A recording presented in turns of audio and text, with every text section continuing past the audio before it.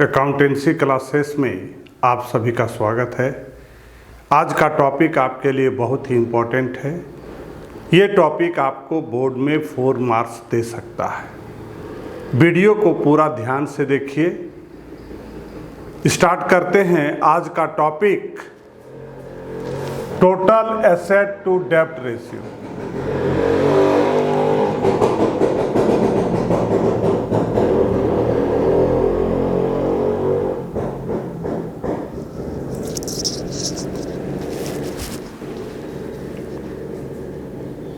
Accountancy classes में आप सभी का स्वागत है।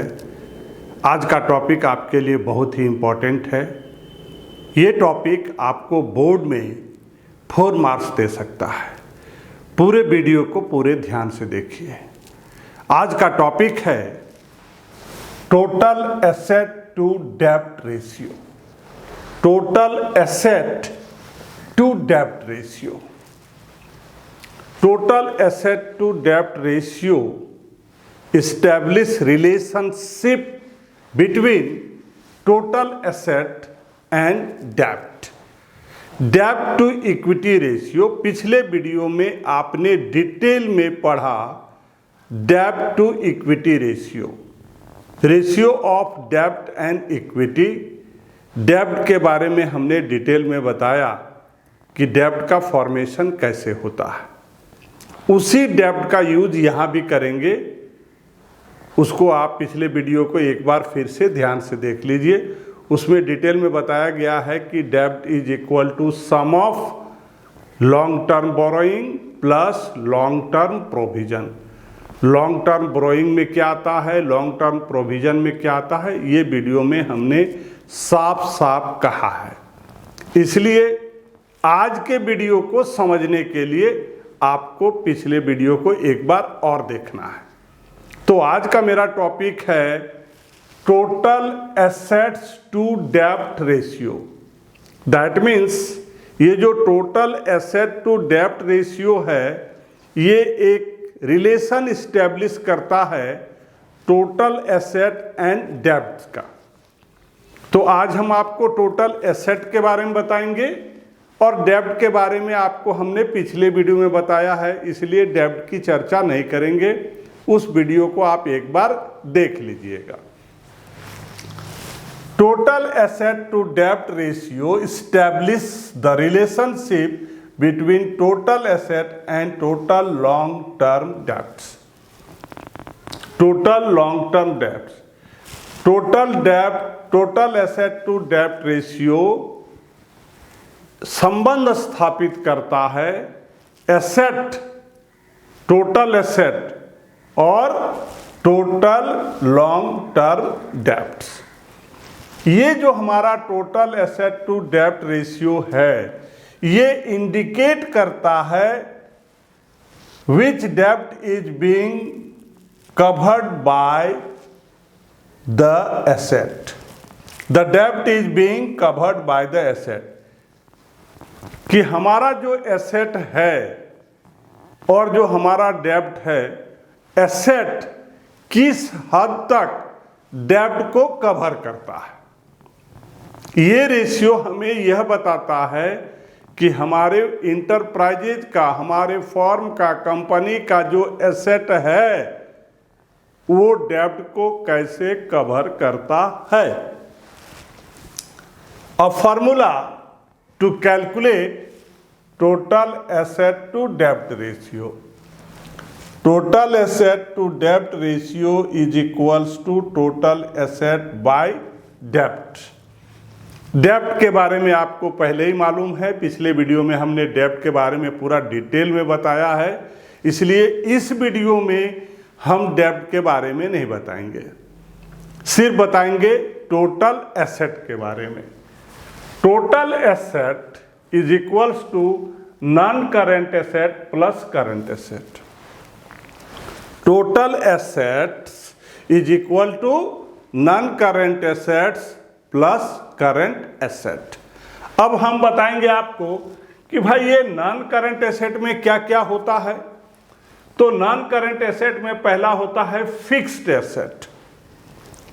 फिक्स्ड एसेट में क्या है टेंजिबल भी होगा और इंटेंजिबल भी होगा। दूसरा होगा नॉन करंट इन्वेस्टमेंट और तीसरा होगा long term loan and advances. तो ये हम आपको बताए नॉन करंट एसेट के बारे में। नॉन करंट एसेट में तीन चीज होता है। पहला fixed asset, that means tangible asset as non tangible asset. दूसरा आपको हमने बताया नॉन करंट इन्वेस्टमेंट और तीसरा आपका है long term loan and advances.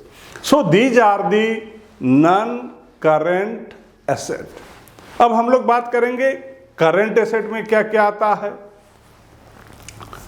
तो करंट एसेट के बारे में आपने लिक्विडिटी रेशियो में पढ़ा है, फिर भी हम यहां पर आपको करंट एसेट के बारे में बताएंगे। करंट एसेट में आएगा करंट इन्वेस्टमेंट आएगा, इन्वेंट्रीज आएगा, ट्रेड रिसीवेबल आएगा जिसमें डेटर और बिल्स रिसीवेबल होता है, बिल रिसीवेबल होता है और उसमें प्रोविजन फॉर डाउटफुल डेब्ट्स को माइनस करते हैं। कैश एंड कैश इक्विवेलेंट होगा जिसमें cash in hand, cash at bank, cheque, draft, ये सब कैश एंड कैश इक्विवेलेंट के अंतर्गत आता है। Short term loans and advances, कम समय के लिए अगर आप किसी को लोन देते हैं, एडवांस देते हैं, वो हमारा करंट एसेट में आता है। अगर लंबे समय के लिए देते हैं तो वो हमारा नॉन करंट एसेट में आता है। अदर करंट एसेट में क्या क्या आता है? Prepaid expenses, accrued income, advance taxes.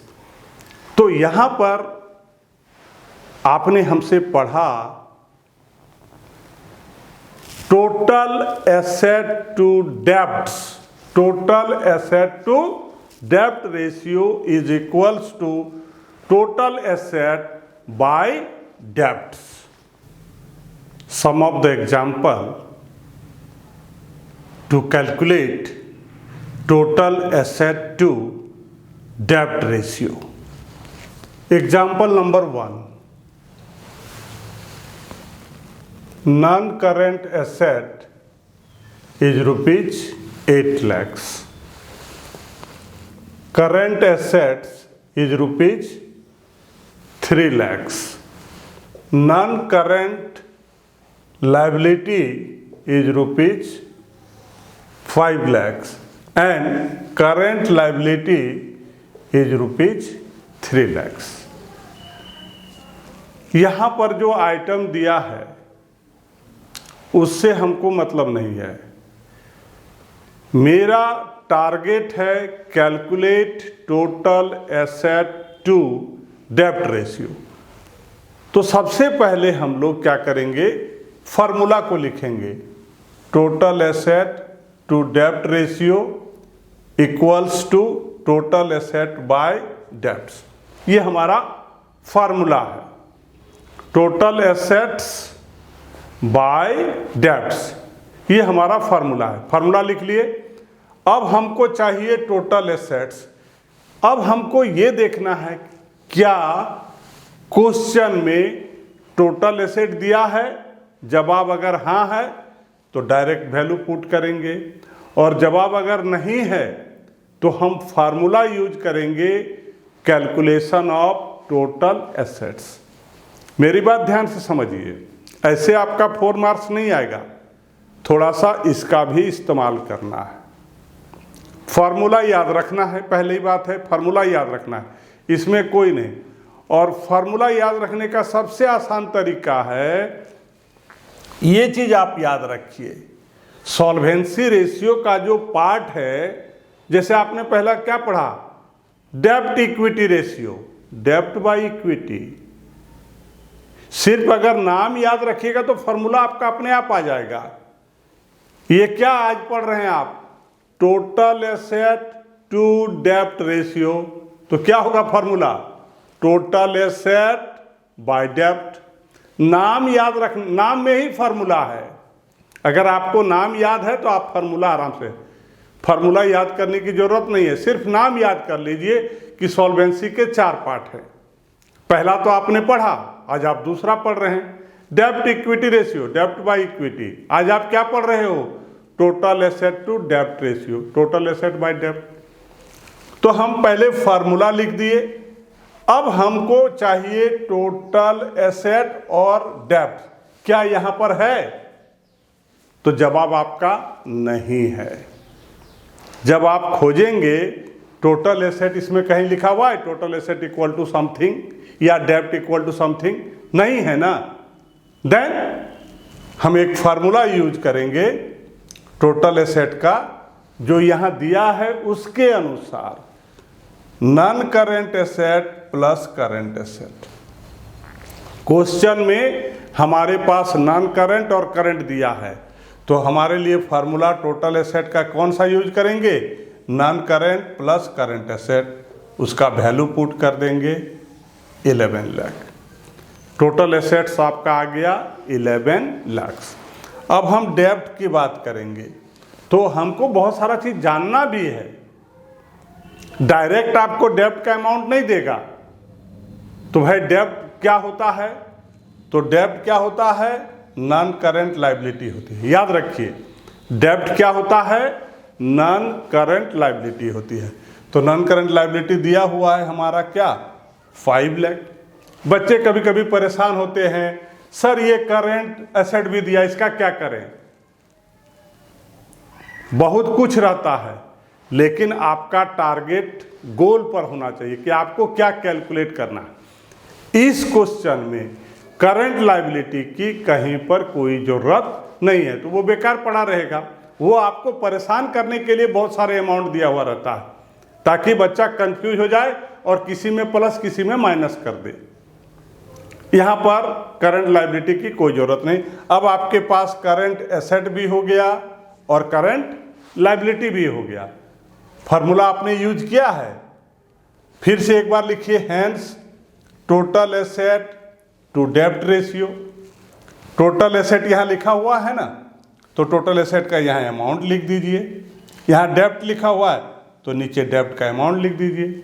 इसको सॉल्व कीजिए, आएगा क्या? 2.2। रेशियो में आंसर लाना है, तो रेशियो दे करके हम क्या करेंगे? 1 दे देंगे। एग्जाम्पल नंबर 2, फिर क्वेश्चन को पढ़िए। Share holder fund 12 lakh, total debts 8 lakh, current liability rupees 2 lakh. आपको क्या कैलकुलेट करना है? टोटल एसेट टू डेब्ट रेशियो। तो कभी भी आप अकाउंटिंग रेशियो का क्वेश्चन बनाइएगा, तो सबसे पहले एक फार्मूला लिखना है जो आपको कैलकुलेट करने के लिए कहेगा। तो यहां पर क्या कैलकुलेट करने, क्या चीज आपको हम सिखा रहे हैं? ये जो एग्जाम्पल है, इसके द्वारा हम आपको क्या सिखा रहे हैं?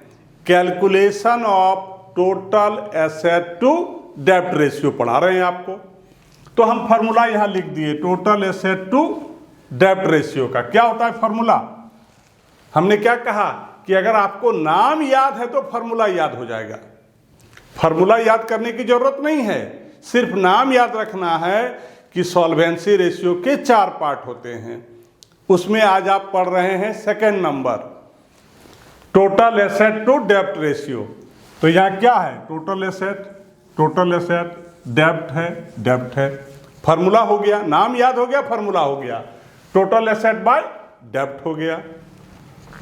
अब टोटल एसेट तो दिया हुआ है नहीं, तो यहां पर हम टोटल एसेट लिखेंगे। तो टोटल एसेट में तो अभी थोड़ा देर पहले हमने आपको पढ़ाया, non current asset plus current asset. तो क्या यहां भी लिखेंगे तो काम चलेगा? नहीं चलेगा। हमको बहुत सारे चीज जानने की जरूरत है कि ये जो टोटल एसेट्स सिर्फ नॉन करेंट एसेट और करंट एसेट को जोड़ने से ही हमको टोटल एसेट नहीं मिलता है। यहां आप एग्जाम्पल नंबर 2 में सीखिए। आप जब बैलेंस शीट देखिएगा तो क्या देखिएगा? जो आपका एसेट साइड है उसका टोटलिंग लायबिलिटी साइड के बराबर होता है। ठीक है, तो क्या करेंगे, एक दूसरा उपाय, लायबिलिटी साइड का जितना भी आइटम है सबको हम यहाँ पर क्या करेंगे, ऐड कर देते हैं। तो क्या है, लायबिलिटी साइड का आइटम क्या होता है, शेयर होल्डर फंड और टोटल डेब्ट्स। आप एक फार्मूला याद करके सवाल को नहीं बना सकते हैं। हमने आपको क्या बताया, total asset is equal to non current asset plus current asset. अगर क्वेश्चन नंबर 2 हम दे दें तो आप बना पाइएगा क्या, नहीं बना पाइएगा। तो यहां पर जो आइटम दिया है उसके अनुसार फार्मूला आपको बनाना पड़ेगा। यहां दिया हुआ है share holder funds total debts, तो क्या करेंगे, दोनों को ऐड कर देंगे। तो ये जो बैलेंस शीट में आप क्या देखते हैं, एसेट साइड लायबिलिटी साइड का दोनों का जो टोटलिंग है वो इक्वल आता है। तो यहाँ पर एसेट साइड का आइटम नहीं दिया है, तो टोटल एसेट के लिए क्या करेंगे, टोटल जो हमारा लायबिलिटी साइड में आइटम है उसको जोड़ देंगे। तो लायबिलिटी साइड में आइटम क्या होता है, शेयर होल्डर फंड होता है और टोटल डेब्ट्स होता है। टोटल डेब्ट्स का मतलब उसमें आपका नॉन करेंट लायबिलिटी भी हो गया और करंट लायबिलिटी भी हो गया, ये दो चीज़ें। ये जो टोटल डेब्ट्स का मतलब है current liability and non current liability. और शेयर होल्डर फंड वो क्या हो गया, वो आपका शेयर होल्डर फंड में क्या आता है, शेयर कैपिटल आ जाता है। तो जब दोनों को जोड़ देंगे तो हमारा लायबिलिटी साइड आ जाएगा। तो लायबिलिटी साइड का जो अमाउंट होता है वो किसके बराबर होता है, एसेट साइड का। तो यहाँ पर हम फार्मूला यूज करेंगे टोटल एसेट के लिए share holder fund plus total debts. वहाँ से अमाउंट देख करके हम यहाँ लिखेंगे ये ₹20 लाख। अब डेब्ट की बात है, यहाँ दिया हुआ है टोटल डेब्ट और आपको चाहिए क्या, डेब्ट चाहिए। क्वेश्चन में दिया है टोटल डेब्ट्स और आपको क्या चाहिए, डेब्ट्स। तो हम लोग जानते हैं total debts is equal to non current liability plus current liability. तो टोटल डेब्ट निकालने के लिए क्या करेंगे, टोटल डेब्ट में करंट लायबिलिटी को क्या कर देंगे, माइनस कर देंगे। टोटल डेब्ट आपका 8 लाख है और करंट लायबिलिटी आपका 2 लाख है। यही करंट लायबिलिटी एग्जाम्पल नंबर में आपका कोई काम नहीं आया। यहाँ पर जरूरत है, आपको चाहिए डेब्ट और दिया हुआ है क्या, टोटल डेब्ट। तो टोटल में क्या करेंगे, करंट को माइनस कर देंगे। तो ये ₹6 लाख आ गया। फार्मूला हम एक बार यूज करेंगे, टोटल एसेट टू डेब्ट रेशियो। टोटल एसेट तो यहाँ ऊपर में लिख देंगे वैल्यू ऑफ टोटल एसेट, डेब्ट तो नीचे लिखेंगे वैल्यू ऑफ डेब्ट। जीरो को कैंसिल करेंगे, डिवाइड करेंगे तो क्या आएगा 3.33। इसको रेशियो में लाना है तो बगल में रेशियो का सिंबल दे करके 1 answer. Example number 3, current asset is ₹4 lakhs, share holder fund is ₹3 lakhs, current liability is ₹1 lakhs and non-current asset is ₹8 lakhs. Target, calculate total asset to debt ratio. Formula, total asset to debt ratio is total asset by debts. कभी भी question में direct value दिया हुआ नहीं रहता है, हम use करेंगे फार्मूला टोटल एसेट। अब देखना है कि यहाँ पर क्या दिया हुआ है। इस क्वेश्चन में नॉन करंट एसेट भी दिया है और करंट एसेट भी दिया है। तो जैसा कि हमने आपको बताया है, जो वैल्यू दिया है उसी के अनुसार हम टोटल एसेट कैलकुलेट करते हैं। इस क्वेश्चन में नॉन करंट एसेट और करंट एसेट दिया हुआ था, दोनों को हम प्लस करेंगे। जो वैल्यू दिया हुआ है ये ₹12 lakhs है। अब हमको निकालना है debts.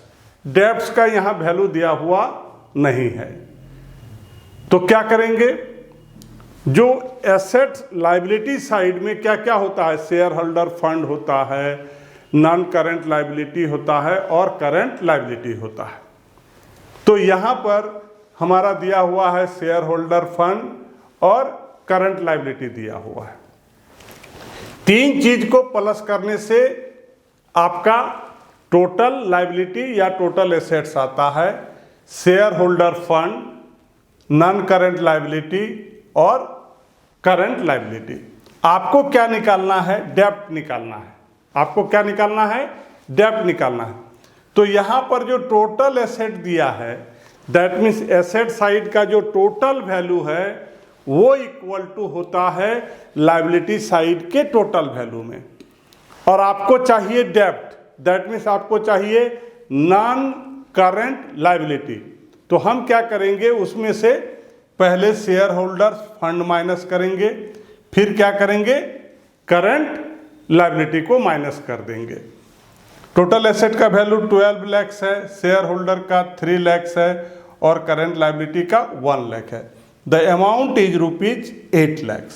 Hence total asset to डेब्ट रेशियो, टोटल एसेट बाय डेब्ट, इसको सॉल्व करेंगे 1.5 रेशियो कर देंगे, answer. Example number 4, equity share capital is 2,50,000, surplus balance of stand 70,000, general reserve 80, long term borrowing 150, long term 5,50,000 and current liability is 3 lakh. That means यहाँ पर जो item जितने भी दिए गए हैं, they all are the liability side. You mean share holders fund plus non current liability, current liability.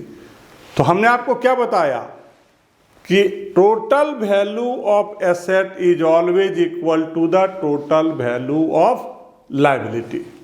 तो यहां पर क्या करेंगे, सारे लायबिलिटी को ऐड कर देंगे तो क्या आ जाएगा, हमारा टोटल एसेट आ जाएगा। सो यहां पर हम यूज करेंगे फार्मूला टोटल एसेट में शेयर कैपिटल, सरप्लस बैलेंस इन state, general reserve, long term provision, long term borrowing, current liability, सारे को हम यहाँ पर प्लस कर देंगे। The amount is ₹14 lakh. ये जो टोटल एसेट का वैल्यू आया वो क्या हो गया, 14 लाख हो गया। नाउ अब डेब्ट, डेब्ट का फार्मूला जो यहाँ दिया हुआ है, लॉन्ग टर्म बोरोइंग भी दिया है और लॉन्ग टर्म प्रोविजन भी दिया है। तो टोटल डेब्ट निकालने के लिए हमने आपको पहले ही बताया है, the some of long term borrowing plus long term provision 550, value of long term borrowing 1,50,000, long term provision. The total डेब्ट, सॉरी डेब्ट is ₹7 lakh. Hence, total asset to debt ratio is equal to total asset by debts. The value of total asset is 14 lakhs. Value of debt is 7 lakhs. 50 cancel, 7 2 जा 14, 2 ratio में हमारा answer चाहिए is to 1, 2 is to 1. Dear student, just you have learned from me about the total asset to debt ratio. नए update के लिए और notification के लिए चैनल को सब्सक्राइब कीजिए, वीडियो को पूरा देखिए। ये वीडियो आपको बोर्ड में 4 मार्क्स की गारंटी करता है। आज के लिए इतना ही काफ़ी। यहीं पर आज का टॉपिक हम समाप्त करते हैं। आपका दिन शुभ हो। Thank you.